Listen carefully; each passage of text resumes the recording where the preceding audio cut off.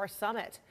I want to bring in now Jim Walsh. He's an international security analyst at MIT, and he has been to both North Korea and Iran for nuclear talks in the past. Jim, always good to see you. So what does this mean in your view, this announcement for talks with South Korea and then the planned meeting between Kim Jong-un and the president to say that there will be this freeze?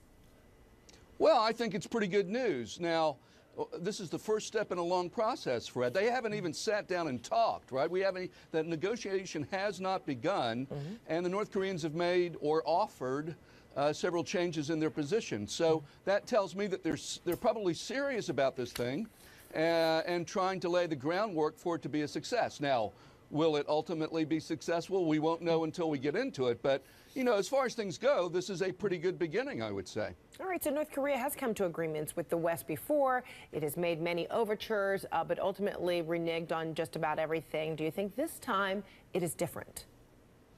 Well, first of all, I think when you look at that history of past negotiations, it's a little more complex than that.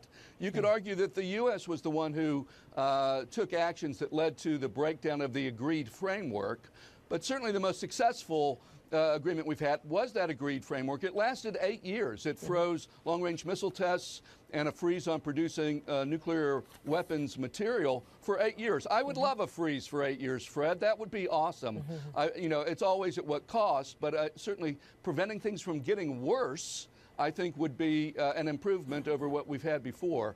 But I think both sides are going to be wary. You're right to say both sides are going to be wary of one another. And that's why probably starting off on the right foot matters, and matters for this president maybe more than for other presidents. Is it a consideration to say, all right, North Korea is kind of dangling this carrot, saying, okay, we will freeze unless, and then fill in the blanks? Is it a bit of a kind of, you know, veiled threat?